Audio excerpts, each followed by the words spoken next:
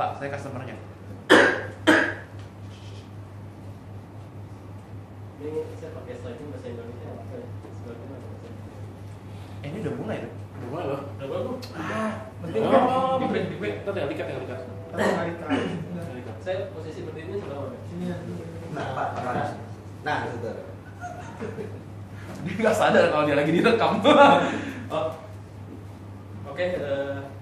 Selamat sore. Perkenalkan, saya dengan Ayub Saiful Mahadi. Saya dari PT Saina Petroleum Indonesia. Kali ini saya akan menyampaikan informasi tentang Power Quality Solution. Oke, kita langsung aja.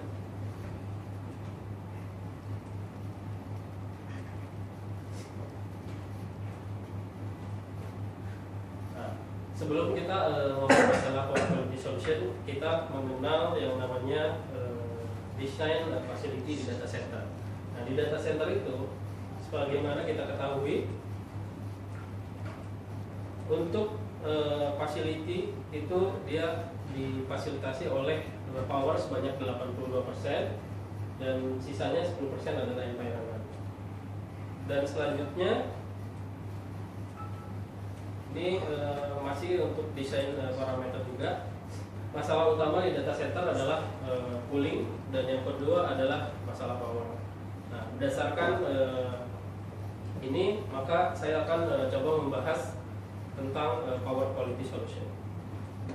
Nah, untuk agendanya kita akan membahas tentang Power Quality, apa itu Power Quality. Yang kedua tentang Power Problem, apa itu Power Problem, penyebabnya apa, hasil dari power problem tersebut apa. Nanti ada juga power protection technology dan ada juga uninterruptible power supply atau UPS dan question and answer.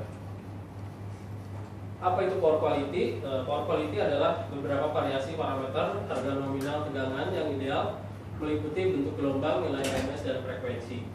Ada juga yang mengartikan bahwa power quality adalah tidak munculnya masalah-masalah kelistrikan yang tidak diharapkan, atau power quality adalah suatu nilai yang ditetapkan untuk memenuhi keinginan pelanggan. Kalau kita lihat berdasarkan bentuk gelombang kelistrikan, power quality bisa dilihat dengan bentuk gelombang sinusoida yang lurus seperti gambar berikut. Nah, untuk masalah power quality kita mengenal ada 9 jenis masalah power quality. Di antaranya adalah power failure, power sag, power surge, brownout, over voltage, line noise, frequency variation, switching transient, dan yang terakhir adalah harmonic distortion. Nah, untuk lebih jelasnya kita akan bahas satu persatu. Power failure adalah pemadaman, artinya pemadaman total, di mana tidak ada tegangan sama sekali.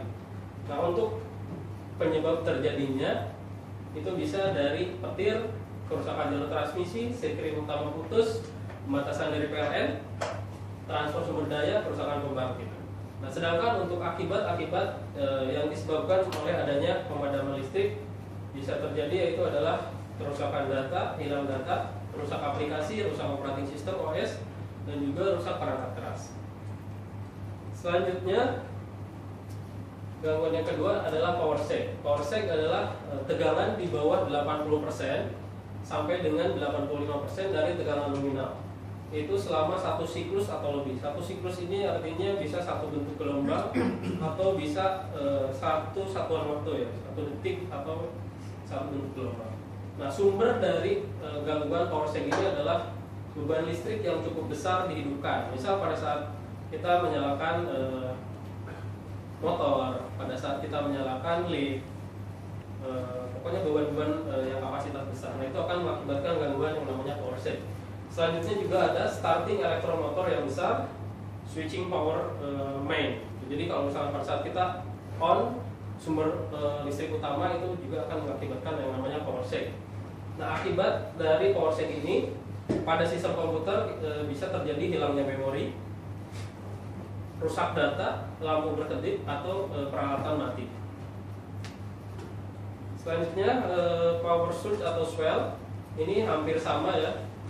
Cuman bedanya kalau untuk power surge ini dia di atas dari tegangan nominal. Jadi gangguan tegangan dia tegangan di atas 110% dari tegangan nominal. Kalau yang tadi di bawah. Nah, kalau ini lebih besar artinya. Selama satu siklus atau lebih juga. Ini sumbernya hampir sama. Beban listrik yang cukup besar dimatikan. Dan ini switch off motor besar. Nah, akibatnya juga pada sistem komputer hilang memori, rusak data, lampu berkedip atau peralatan mati. Selanjutnya, brownout. Brownout adalah tegangan di bawah nominal secara terus-menerus. Kalau misalkan tadi gangguan tegangan hanya terjadi satu siklus atau lebih, nah sedangkan untuk brownout ini terjadi secara terus-menerus. Sumber gangguan dari brownout ini adalah sistem kelistrikan yang kapasitasnya terbatas. Misalkan trafo 4500 dikasih beban 4100 atau terlalu mepet gitu. Maka dia akan terjadi penurunan performance dari tegangan. Yang kedua, oh ya, ini kapasitas trafo jalur transmisi power yang tidak memenuhi syarat. Akibatnya pada sistem komputer adalah data corruption, data hilang, dan juga perangkat keras cepat rusak atau premature hardware. Selanjutnya over voltage. Nah, mungkin ini dia tegangan di atas nominal secara terus-menerus. Jadi kalau brownout tadi di bawah, kalau ini di atas.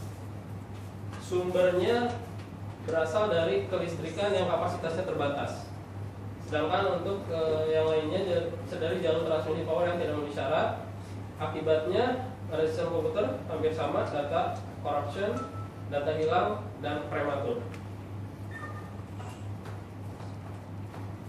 Ini kurang lebih berapa slide lagi. Ada line noise. Line noise adalah gangguan di frekuensi ya, frekuensi tinggi yang terkadang akibat pengaruh dari RFI, EMI, dan sumber frekuensi tinggi lainnya. Sumbernya radiasi, sambungan listrik yang kurang baik, alat pengontrol kecepatan motor, pemancaran gelombang radio, dan ada relay. Akibatnya hampir sama, rusak data, hilang data, keyboard hang, atau sistem macet atau lock.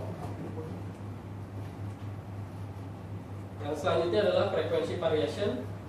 Terjadi perubahan frekuensi lebih atau kurang dari 3 Hz selama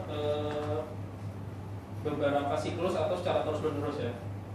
Sumbernya ini adalah sering terjadi terutama pada listrik dengan sumber PLTD dan genset. Untuk akibatnya hampir sama, data korup, hard disk rusak, keyboard macet atau program rusak. Switching transient ini artinya adalah kenaikan tegangan secara cepat hingga 20.000 volt dengan durasi antara 20 mikro sampai 100 mikrosecond. Jadi kenaikan tegangan sampai dengan 20.000 volt tapi sangat cepat ya durasinya. Nah ini penyebabnya hampir sama ya, petir, sikring putus, mesin las listrik, SR firing, relay, peralatan yang dimatikan dan dihidupkan atau switching operation. Akibatnya adalah kerusakan kebanyakan tidak kelihatan secara visual, antara lain data error, proses error, kerusakan perangkat keras, printer, dan terminal error. Selanjutnya harmonic distortion. Harmonic distortion ini adalah masuknya harmonik sehingga mengubah bentuk gelombang sinus menjadi bentuk yang kompleks. Jadi bentuk gelombangnya jadi cacat gitu ya. Sumbernya adalah mesin-mesin yang menggunakan switching power supply. Ini termasuk komputer juga, mesin fax, mesin fotokopi, UPS, PLPX, dan rectifier. Gas discharge lighting, lampu TL, lampu merkuri, lampu metal, dan lain-lain. Akibatnya ini ada arus di jalur netral 2 kali lipat dari arus pasar ya. Nah itu salah satu indikasi terjadinya harmonik. Ada timbul masalah resonansi, overheating pada trafo. Jadi kalau misalkan trafo panas, padahal dia masih di bawah kapasitasnya, itu bisa juga salah satu dari indikasi adanya harmonic distortion. Getaran-getaran mekanik pada motor, pembacaan alat ukur yang ngaco, kacaunya kerja peralatan yang menggunakan referensi frekuensi sumber listrik, dan kerusakan pada peralatan elektronik.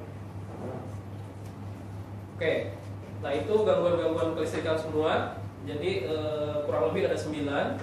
Tapi jangan takut, semua gangguan kelistrikan ada solusinya. Nah untuk mengatasi semua gangguan-gangguan kelistrikan tadi, kita ada solusi, bisa menggunakan UPS. Nah untuk UPS ini kemungkinan akan saya bahas di pertemuan selanjutnya. Terima kasih atas perhatiannya. Selamat sore. Ya.